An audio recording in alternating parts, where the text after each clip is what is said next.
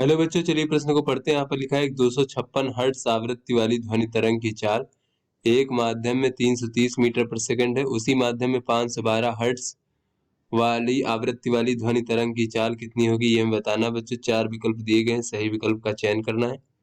तो चलिए बच्चों, इस प्रश्न की मूल अवधारणा को हम देख लेते हैं।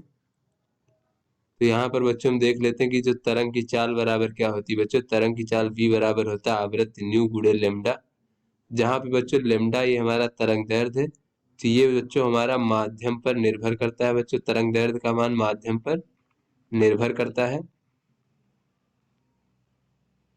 तो चलिए बच्चों, अपने प्रश्न को हल करते हैं। तो यहाँ पर बच्चों कहा जा रहा है कि एक 256 हर्ट्ज आवृत्ति, यानी बच्चों न्यू1 का मान हम 256 मान लेते हैं, वाली ध्वनि तरंग की चाल जो है एक माध्यम में 330 है। बच्चों, तो यहाँ पर v1 बराबर 330 मीटर पर सेकंड मान लेते हैं।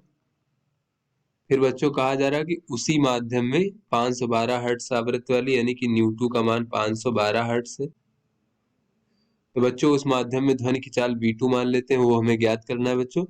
और बच्चों माध्यम समान है, तो इसलिए बच्चों तरंग दैर्ध्य समान होगा बच्चों। क्योंकि माध्यम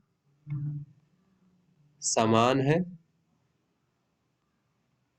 इसलिए बच्चों लेमडा भी समान होगा। तो यहां से बच्चों अगर हम देखें तो यहां से हम कह सकते हैं कि जो चाल होगी बच्चों तरंग की चाल, अतः तरंग की चाल आवृत्ति पर निर्भर करेगी। तो यहाँ से हम कह सकते हैं बच्चों v2 भागे v1 बराबर न्यू2 भागे न्यू1।